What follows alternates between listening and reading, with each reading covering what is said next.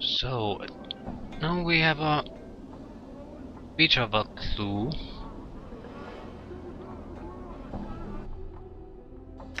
Person we can go contact to get more information, that's a great thing. We're not totally reliant on just talking to random people anymore. Davis. What's a Davis? You see a tall creature with a shock of white hair. Its skin has a greenish cast and a pair of goat horns protrude from its forehead. It is dressed in long flowing robes and appears to be floating slightly above the ground. Okay, greetings.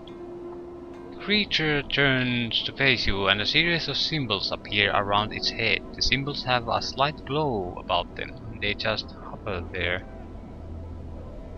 Yeah, you can see them there. Oh, Morte says, "Oh, for the power's sake, pike him, Davis." Okay, what's wrong?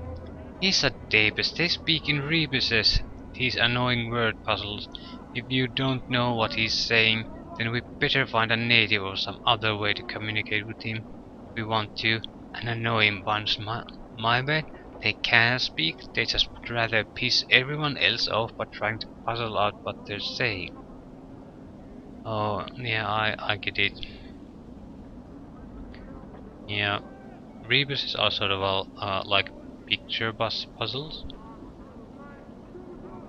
So,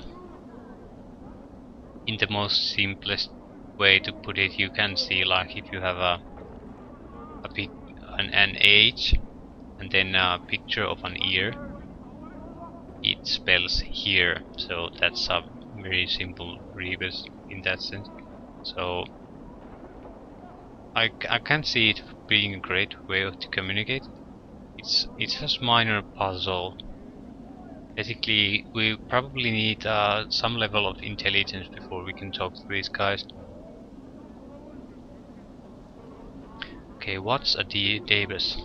Chance is they're janitors for the Lady of Pain. They float around breaking, fixing, patching up sigil according to her whims. They're worse than corpse flies. You can't swat them though, or the lady'll get upset. Okay, Lady of Pain, who's that? She runs this city. You'll know if you see her. She's got these blades around her face, and she's about the size of a giant, and she floats off the ground just like these guys. Nobody knows much about her. She doesn't speak much. All you need to know is that you don't want to make her angry. If you see her, my advice, run. Yeah, I see. The Davis waits patiently, its hands tucked into its sleeves. A series of symbols materialize above its head. Then they vanish and a question mark remains. Okay, we'll see if we're smart enough to translate what he's saying. Yay, we get 1,000 experience. You ask the Davis several questions trying to get a feel of the rebuses that appear above its head. It is extremely patient through your discussion, giving you easy sentences to translate. After a few minutes you start to get the hang of it. It feels like you've done this before. Okay, maybe you can help me. Who are you? I'm a Davis. What are you doing? I attend to my duties. Yeah, this is a fountain of information again. What about Lady of Pain? A lone symbol appears above the Davis's head. This one shows a metallic female mask with blades coming out of the sides. Just looking at the ghostly image makes you uncomfortable. Yeah, this is a total waste of time.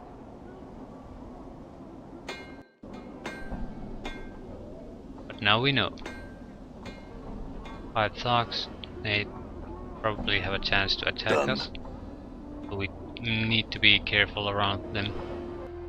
Okay, there's a mausoleum here, but I don't see how you get in. Maybe it's another portal thing. Alright. Davis. More Davises. Okay, this is a obsidian monument. Has name chiseled on it. Death of names. You see a dustman with a crooked smile frozen on his face. Despite the smile, his eyes are as dull as stones. His right arm is shorter than the left, and he keeps it tucked to his side as if cradling a small child. Name?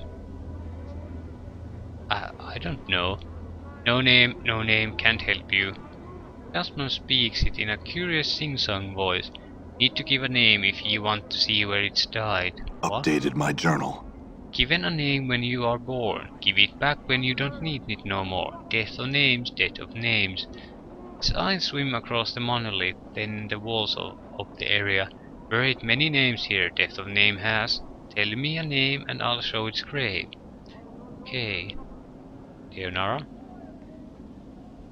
His eyes roll to the back of the head, then pop back. With a wild gleam, his eyes run across the wall for a moment, scanning the names at inhuman speed. He then points at a section of the wall, buried. Examine the spot he is pointing at.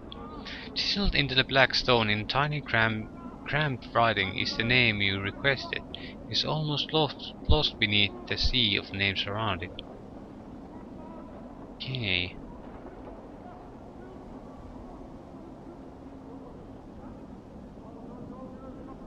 I'll ask about Adan again. It's the name we have been using as an alias and seems to pop up constantly in these conversations. He shakes his head. Not dead yet. The name is not buried here. No, not time, not time. Okay, can we bury a name? What does that mean? Costs Jink to bury a name. 3 copper. 3. Yeah, we're not gonna bury names today. Okay, who's Quentin? Okay, greetings. There's room, Cutter. No need to ask my leave to stand here. Actually, I wanted to know what this monolith was. It's a tombstone for the plains. Graveyard of names are scratched on that rock. Can only hope my name's the one that'll split this stone in twain. Quentin right there, hammered in just hard enough to send the damn thing crashing down. Tombstone for the plains. Aye. Does they scratch the names of the dead on this monument here? And on the walls of this place? Not enough space by my reckoning, but no matter, they do their best, can barely read half the names. Okay, what are you doing here? Reading the new arrivals, try to find a new one every day, try and remember if I knew him, nothing more. Yeah. They scratch him on this rock and scratch him on the walls in this place too. I don't know why they take the trouble to take a counting of the dead. The Dusties have more care for the living. What does that mean? You know about the dustmen mourners that come to this place? They aren't mourning the dead, you see, they're mourning the living. You can barely get a word in them edgewise without them asking to mourn some poor living bird for ye. Why they mourn the living? You got me there, Cutter. Might want to put the question to them. Seems to me the dead are thrice worth the pity of any poor sod living in this pit. Every name on there is blessed in my book, it is.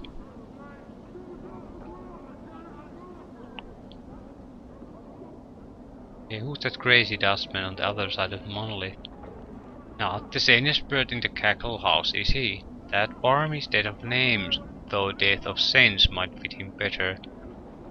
He's the keeper of the memorial area, knows where all the names are around here, and he can point one out if you need him. He's also got the duty of carving new names in when their owners pass on. Okay, the only interesting question is to ask, ever know anybody who came back after their name was carved here? You mean came back from death? Not on one, Cutter. Everything that lives dies. That's the way of things. Still, considering the planes go on forever and all, I suppose anything's possible. Yeah. He wasn't particularly useful in the sense of giving practical information. Done. There's also a Sev Tai. I'm not sure what she is actually. She has sort of chicken legs. Or horse legs, I guess. Maybe she's half human, half something else. This woman's face looks broken, and she's covered in scars. They look like bite marks and fingernail cuts. She's cradling the shreds of several rags in her hands, and is staring emptily at the wall of the monument. The name's there. Just get you back! The woman's teeth peeled back, displaying a row of black canines. "What do you want of Sevtai?" "Hey, what's the matter?"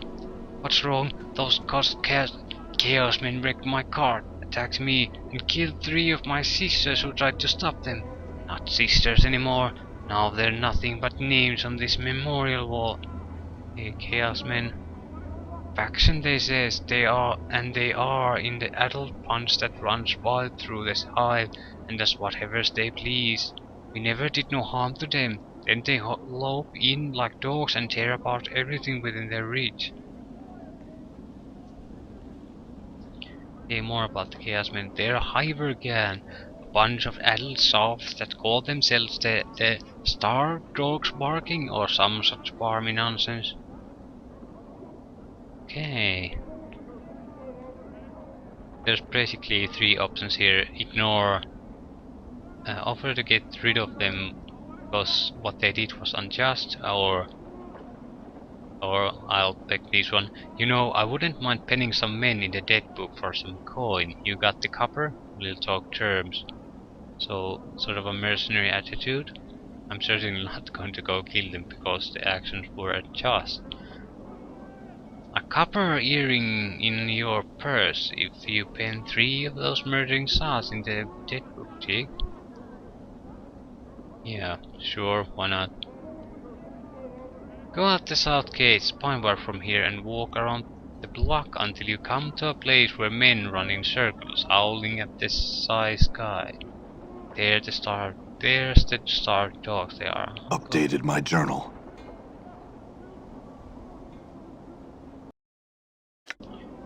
Okay, little All quiz. right. There's just thugs.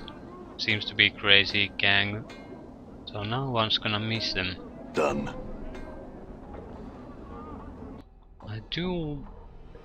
We're level 4 fighter.